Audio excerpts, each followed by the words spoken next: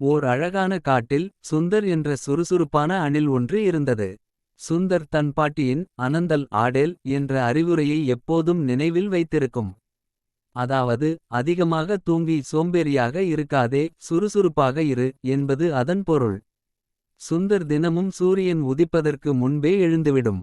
அது மற்ற அணில்கள் தூங்கிக் கொண்டிருக்கும் போதே காட்டுக்குள் சென்று பழுத்த கொட்டைகள், விதைகள் மற்றும் பழங்களைச் சேகரித்து வந்து தனது இருப்பிடத்தில் பத்திரமாக வைத்துக் கொள்ளும்.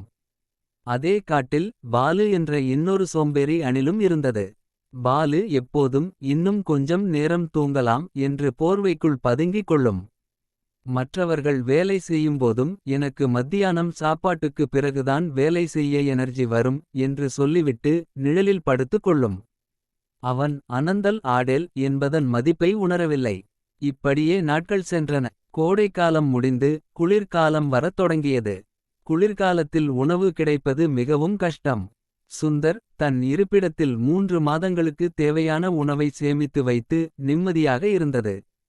ஆனால் பாலு கடைசி நேரத்தில் பதட்டத்துடன் விழித்து, ஐயோ, இனிமேல் கொட்டைகள் கிடைக்காதே என்று காட்டுக்குள் ஓடினான். அவன் அதிகாலையிலும் பகலிலும் தூங்கி சோம்பேறியாக இருந்ததால் அவனால் போதுமான உணவை சேகரிக்க முடியவில்லை.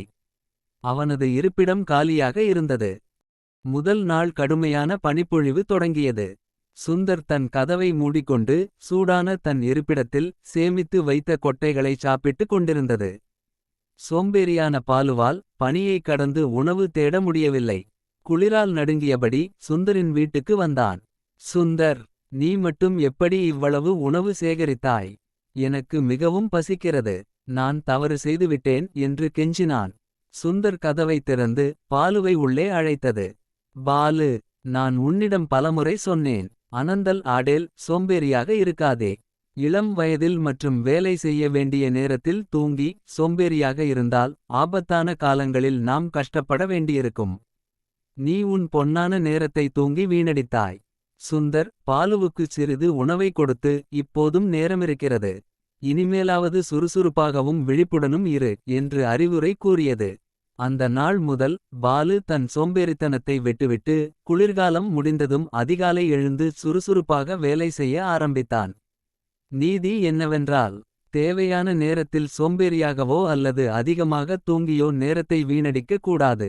சுறுசுறுப்பும் விழிப்புணர்வும் மட்டுமே நமக்கு நல்ல எதிர்காலத்தை தரும்.